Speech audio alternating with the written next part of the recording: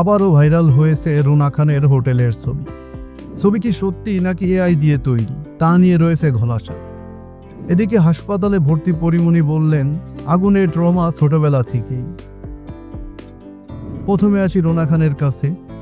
অভিনেত্রী রুনা খানের নামে সাম্প্রতিক কিছু ছবি সোশ্যাল মিডিয়ার ভাইরাল হয়েছে, যেখানে দেখা যায় বিলাসবহুল একটি হোটেলে সাদা কালো রঙের গাউনে লাস্যময়ী লুকে পোজ দিচ্ছেন অভিনেত্রী।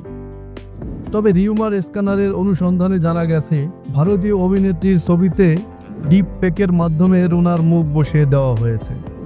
ভারতীয় উত্তরপ্রদেশের মডেল অভিনেত্রী মমতা রায়ের ছবিতে রুনা খানের মুখ প্রতিস্থাপন করে শেয়ার করা হয়েছে।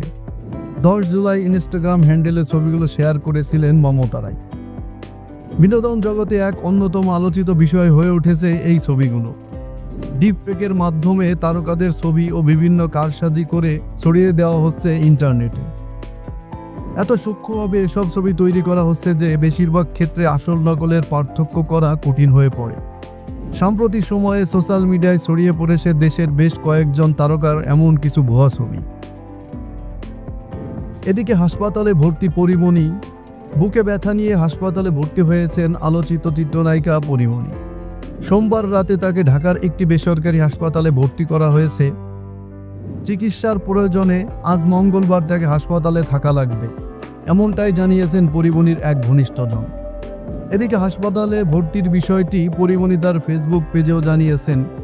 তিনি ফেসবুকে লিখেছেন, আগুনের একটি ট্রমা আমার আছে ছোটবেলা থেকেই, সেটা যে এখন এত ভয়ঙ্কর আছে এভাবে বুঝতে পারি নাই।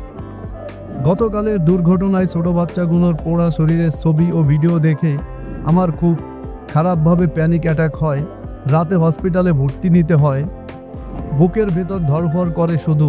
আহারে, এই শোক এই মায়েরা কিভাবে সহ্য করবে।